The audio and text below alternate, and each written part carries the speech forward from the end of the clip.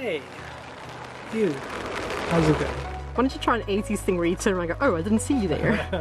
That'd be freaking funny. Hey, didn't see you there. Welcome to Salt.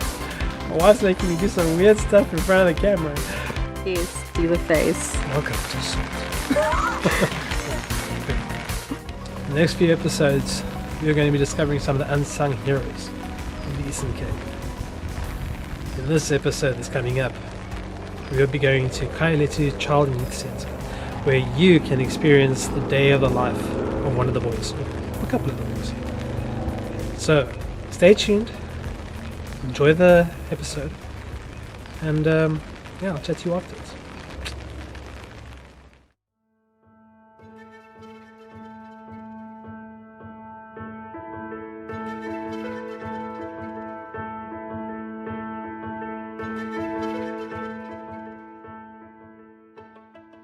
Khayalethu is a children's home for 35 boys. Now the boys are being placed by a children's court into Khayalethu.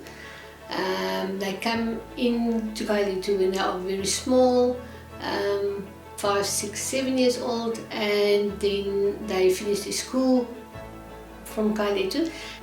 All the effort, all the love, all the care that goes in really makes a difference. If everyone do their bit and help,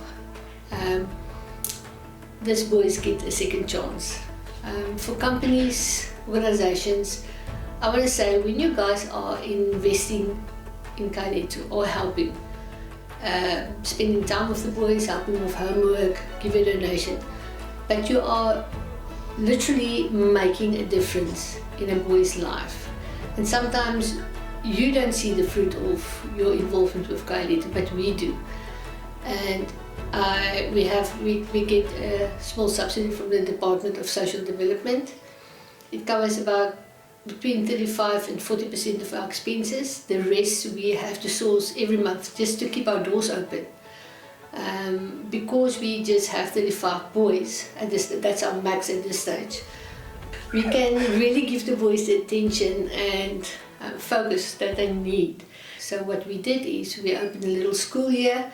We focus on numeracy and literacy, and then with that we get the boy to a level where he's comfortable, he's used to the routine, and then he slots into the normal mainstream schools. And I think that's what makes our work so hard, is you work with your heart.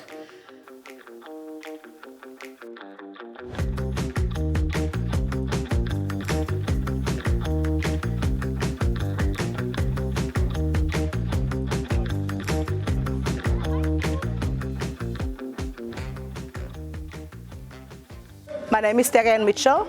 I'm a social worker at ACVV Khayalethu Child and Youth Care Centre. Being a social worker in a child and youth care centre has its own unique challenges. Coming into work every day with a group of just boys, it does tire you out at times. So that's why it's important for us to have engaging programs, engaging activities that we can channel the energies of the boys in a meaningful way. My role as a social worker is that of doing developmental programs, life skills, and therapeutic work as well. However, with young boys, sitting behind a desk in the office never works. Most of my time is spent on the playground, playing with them, and having meaningful conversations with them about things that really impact them. Now, since we've been in a COVID-stricken area, we were not able to have the boys outside in where we normally wish to take them to beaches and all of that, and we realized that our property wasn't as child friendly as what we wanted it. So since then we've had this beautiful play area for them, but new challenges arose. The drainage system of this entire area is so bad that whenever it rains we are not able to let the boys play, so that also impacts my work as a social worker. I'm not able to reach them where they are, and it's a headache. We need to constantly find creative manners and creative ways of engaging the boys, and we really need people like the people watching this video to really come out and take hands with us, because the work that we are doing, we will never be able to do it on our own. we rely on sponsorships, we rely on people with good heart that can just come out and see the work that we are doing. We appreciate it, the boys appreciate it, and yeah, that's Khayalethu.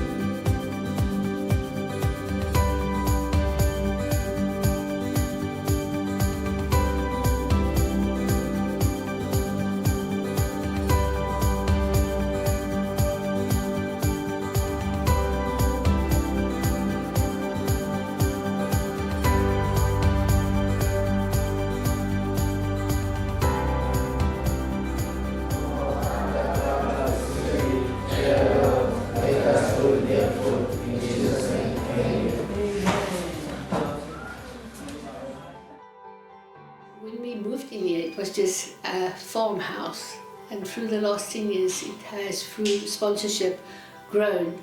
And for us it's amazing, because with the boys there's so much potential. I can just mention in 2015, 6 of our boys qualified for the World Championship in Netherlands, and we were able to take them there. And they came back with a gold to silver and a bronze. So there's a lot of potential with the boys, and for people that invest into Khayalethu is really giving that boy a chance. If it's a company that take a K2 boy for apprenticeship, somebody that sponsor a bursary, somebody that's sponsor a birthday cake, Christmas present, stationery, school, every bit really helps. Our younger boys, we have all kinds of sport. When we do sport with the boys, it's from karate, running, soccer, cycling, name it.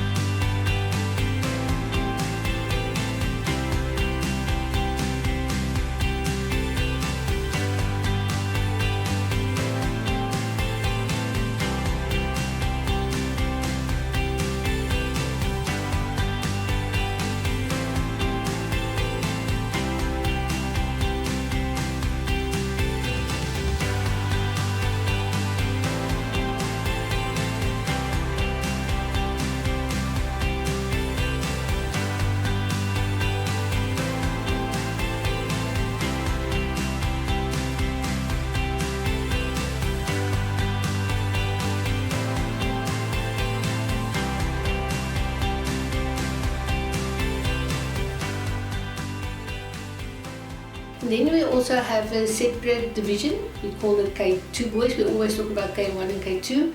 K2 is our older boys. They finish with their school. So those are the boys that need help with their SARS number, their IDs, their banker cards, some extra skills, training, mentorship. So those boys also stay at Khayalethu. And if I want to talk about the success of Khayalethu, it would be to include the boys in K2, because what we found, the boys that really make a success of their life outside Khayalethu, is actually the boys that goes through K1 and K2.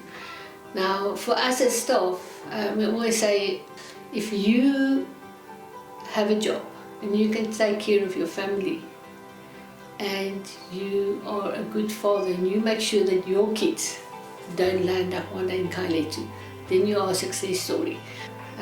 You see the potential, but you also see when a boy comes in and he's so cross with the world that he almost sabotage his own future and he doesn't get to his full potential. And then you also see a boy comes in, he's cross and he works through his feelings and he settles down and he actually see Khayalethu as a way to get forward in life, because there's a lot of opportunities. One of the basic things is just a driver's license. The moment you have a driver's license, you are more marketable on the outside. And that's what we do at K2 with the bigger boys.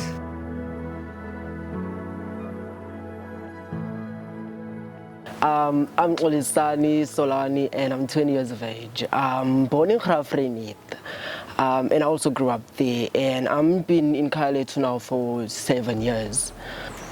Khayalethu is a wonderful place to be. In K2, I never thought that I'll be in K2 and I'll be able to stand on my own feet, where I have to cook for myself and clean after myself. If I wasn't in Khayalethu, I wouldn't be able to be where I am now right now, with Dr. Mariki's help and the staff and the K2 coordinators, Greg and Erna Erasmus. I also have made friends here at Khayalethu, and Khayalethu also helped me out with a course, a ancillary health course, which cost 6,000 Rand that I actually couldn't save for myself, and thought maybe if I can work at Spa, maybe for a couple of friends, then I can continue with my ancillary health course. Then I went for interview there. Interview went well, and now I'm working at Spa. Things at Spa are great. Enjoy being in the bakery. The reason I'm working hard is because that I grew up in a family where there is no money, and I only have left a mother and I don't have a father. So ever since that my mother's not working, so I'm the only person that she's counting on. Yeah, so that's why I'm working to give her a house and to have a brighter future for me and my family. There will be ups and downs in life, so you just have to go through it. You have to make sure that you are on the right path. Mistakes will happen. You will feel like, no, I had enough of doing this now. I want to do something else. But if you keep on doing what you do and you enjoy it, find enjoyment, find love and peace in what you're doing, then your life will change. Like mine.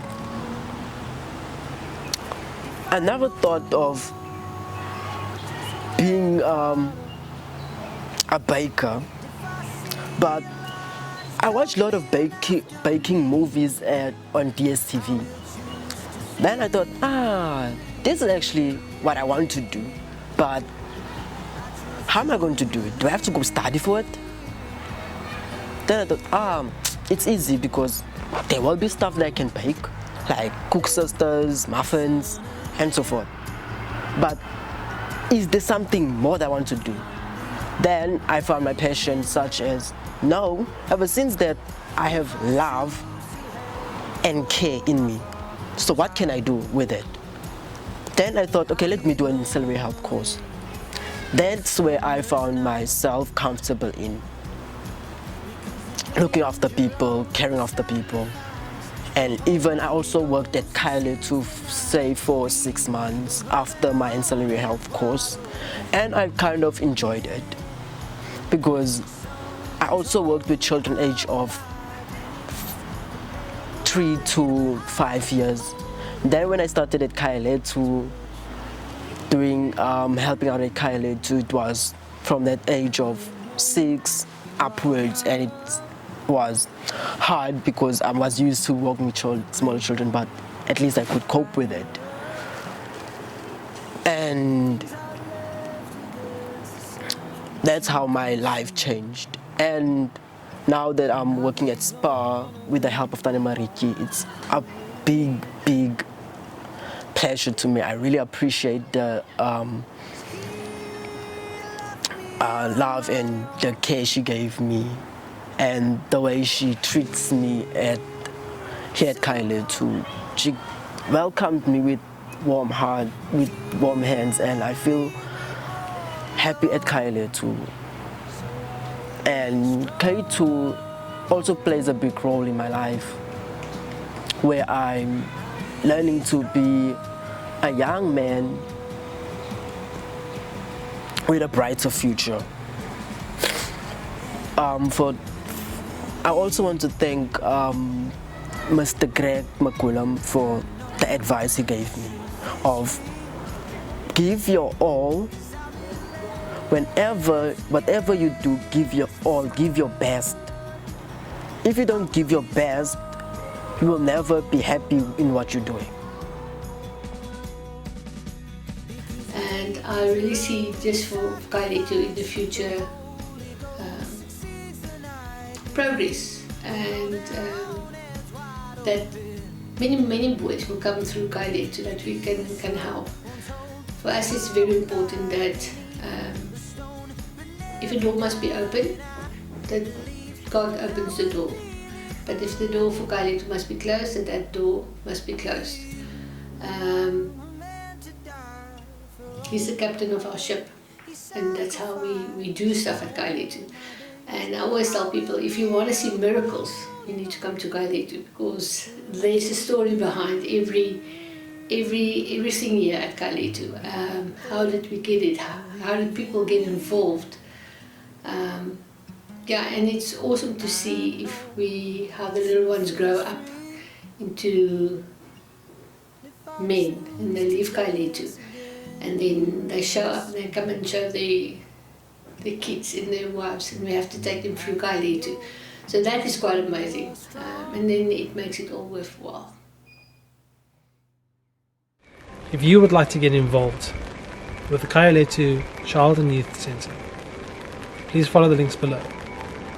Even the smallest donation, or even the quickest little visit to come and lighten up these boys' lives and spend some time with them, help them with their homework, come and provide anything that you feel is necessary, contact them. Let them tell you their story and see how you, as a company, as an individual, can get involved to change the lives of these little young men.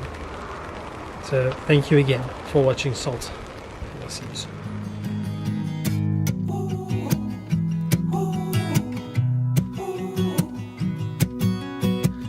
I am believing me. I am yours and you are strong. So if we dug